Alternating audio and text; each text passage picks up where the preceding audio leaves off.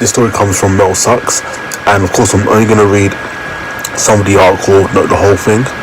So you can go to the article yourself by accessing the link down below.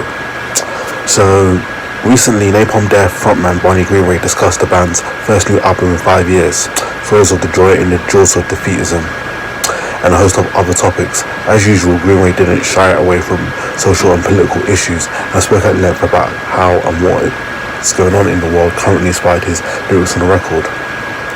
When asked how changes in the state of the world since the band's last release affected lyrics on the new album, he had a whole lot to say, explaining, and these are his words. My thing really, specifically with this album, was we have a certain atmosphere within the world right now. We've gone very much towards a populism, protectionism, nationalism, and I find that really disquieting, to put it mildly. With those things that I mentioned, the offshoot of that is that there's a separation of peoples. There is a discrimination and dehumanization of certain peoples that just accentuated because of that populist, nationalist, protectionist sentiment. Two examples I'm going to use, which I use for every interview, because I think they're good for examples. The first one is migrants. Migrating peoples or refugees who are quite frankly very much dehumanized. They are considered to be lesser beings just because they are trying to escape from really bad situations to which, if we were in their shoes, we would do exactly the same thing. And to shut these people out behind walls, to deny them the basic fundamentals of dignity, of survival, I think it's just inhumane. That's for one point. An example I'm going to use is the LGBTQ plus people. There's a particularly ludicrous thing that is used against them where the biology, the makeup of someone that is LGBTQ plus, because of their whole sexual makeup, their biology is kind of different, and they sort of consider their gender differently. There's definitely a suggestion that the difference in biology is somehow a threat to the biology of the rest of the population. Governments are putting policies in place. There are a couple of people in Europe right now.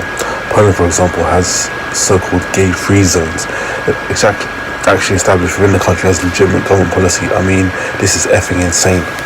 This is the taxes of, I'm very careful about using this word because I think it can be overused sometimes where it doesn't recognize the real high-end proponents of it. But it is the fascist ideology, the whole idea that scapegoating people's based upon whatever's going on in their life. They might be escaping tyranny or their sexuality, the biological makeup. It's effing insane to think that this stuff is propagated by even governments. And you should be very effing disquieted at the very least, because if we remind ourselves, this is the likes of Franco, Hitler, Mussolini. This is how they started, dehumanizing smaller groups of people and then bringing up to the big prize, which is of course when murder and mass murder started to happen. I thought it was very important to focus on this stuff on the album, and of course the antithesis from the angle of Napalm Death is just so simply stand up and say, no, this is not acceptable.